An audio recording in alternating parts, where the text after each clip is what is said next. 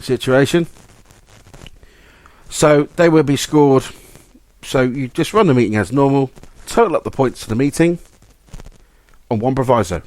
If you don't show, you get nothing. Nay points. Yeah, nay points whatsoever for that. But if you show and score nothing, you get points because you showed up. Now that's a difference. So, for argument's sake, we go to Cowden Beef, and it's Chris Burgoyne top score, Gordon Moody's in second. Chris Burgoyne gets 20 points, Gordon gets 19. And that's the way we suss it out over that period of time. You don't need... Then what happens then is that we get a dominant... and then if someone says, OK, Craig Wallace finishes in 8th position, so he would get 1, 2, 3... I'm trying to work this out quickly here. 13 points. But he's decided, actually, I'm playing my joker at Cowden Beef. I'll double that. 26 points. So there we go. So each competitor has to double a round and also has to drop a round. So it's all going to be tactics. But when it comes to the grand final, it will be double points. Or maybe triple points. I haven't decided. But you'll still have, unless one driver wins every round, which is highly unlikely because of the nature of it all, and the fact that if someone's running away with it, someone will try their damnedest to do them away. Then we still have an exciting conclusion, which is what we need. You know, we only have to look at Formula 1. If it was doing it 10, 9, 8, 7, 6, 5, 4, 3, 2, 1, it'd be a damn sight more interesting. It's all about accumulation and then that big showdown at the end. So, keeps it exciting, and stops one driver. What are your thoughts on this? Please give us a shout. You know the numbers and things like that. We can do it that way. It's not a problem at all. Muse on those thoughts, I would say, at this precise moment in time. I think it could be very much an interesting thing if they adopted that one. I don't think they will, because personally, I think it would be too complicated for them to organise, first and foremost, and secondly, I don't think the drivers will get their heads around it, and I don't think the drivers will take to it. But I yet to stand. I really do think that they do take to this. All depends on who does what. That's all I'm going to say on that matter. Right, your opinions then. stocksradio.co.uk. Click at the free voicemail button.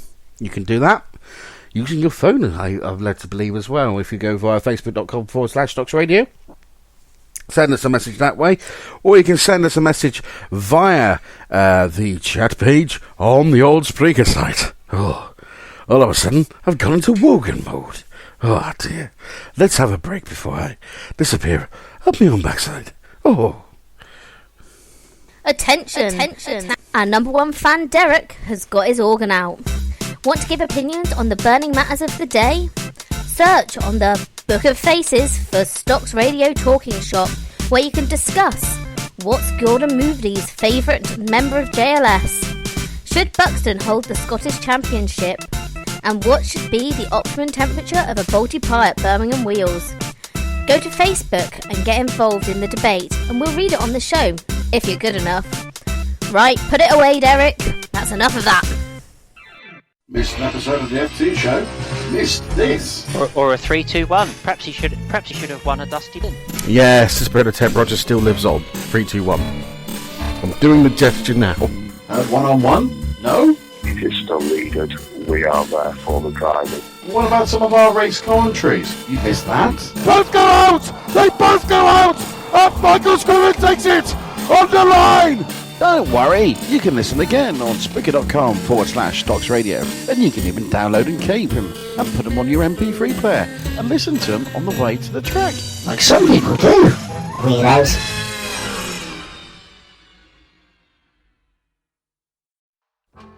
Those jolly good eggs at Stocks Radio need you. Yes, you, dear listener. We need reporters to give us interviews on the spot. Fancy yourself as next Steve Linfield? Commentary gigs are available. Or if you just want to get Gobby on air, like my grill, we have that too. Just drop us a line at Stocks Radio, on Twitter, facebook.com/Stocks Radio, or indeed visit our site at stocksradio.co.uk. Okay, spiffing. Hello, we are not available now. Please leave your name and phone number after the beep. We will return your call. New to Stocks Radio. Leave us a voicemail. Rant on our new voicemail line about whatever you want. Visit stocksradio.co.uk and follow the options to leave a message. Get involved. Hear your voice on the voice of stock car racing. Stocks Radio. The F2 show on Stocks Radio. 200% better than other Oval podcasts.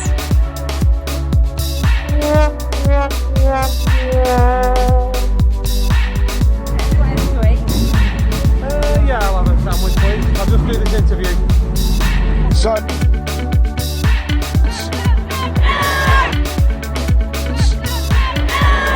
Yeah, you got to take me out tonight. Back off, you spooky bitch!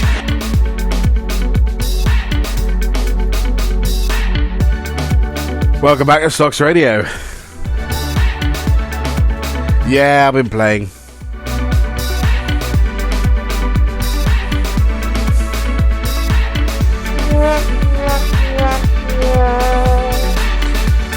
So, let's have a look and see what else we have. Coming up on tonight's show, well, there's a small debate going on at the moment. Brisker Formula 2 website. Let's have a quick look at that. Oh dear.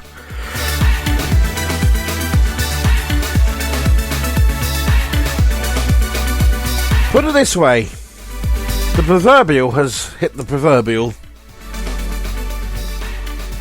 Some people are not happy about this, but we'll have a look and see. Right, this is how we go. This is the engine restrictor plates. Now, following the conclusion, this is a Formula 2 stock car racing official press release.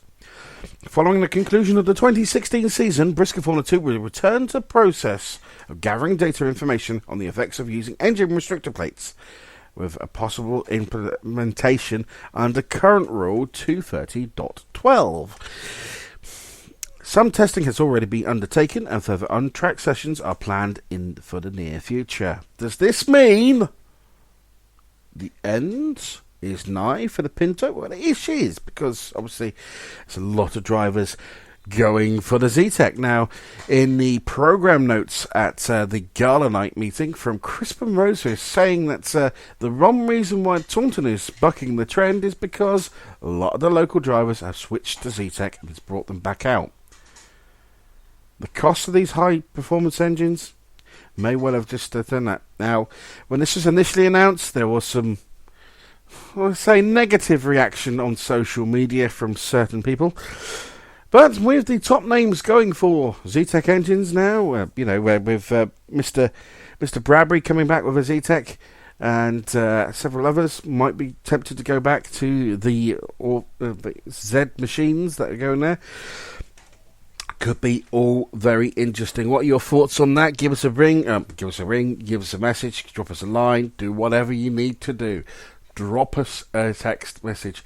We'll try and see if Matt Linfield's available, because he is Mr. Z-Tech, as you know, and he can explain the situation and perhaps the thinking behind it, because he's a member of the BDF, as you know.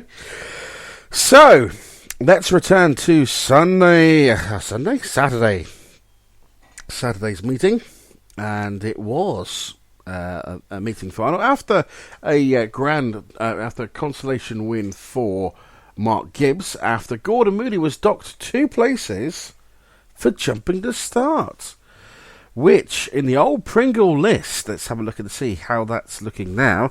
I think that might put Mr. Moody up to second, and if that is a case, he may well have jointly won it this year. We'll have a look and see. There have been not very many triple Pringles on this one here, so it is a triple Pringle award. Actually, tell a lie, we do have a winner. Gordon only had one, so that is his only one this year. It's been caught with just a single Pringle. So the Pringle awards that have been noted by myself and have been let me know. I want the exclusive information on this one here so we can get this as an official award.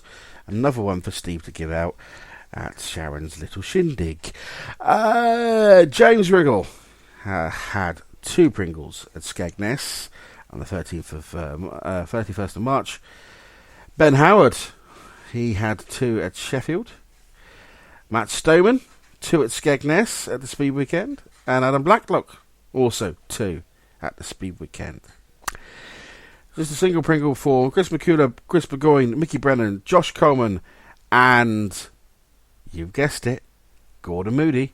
But the undoubted champion of the Pringle, the king of the Pringle this year, well, I think there was a third jump start for James Riggle. So James Riggle, congratulations, you are the king of Pringles 2016.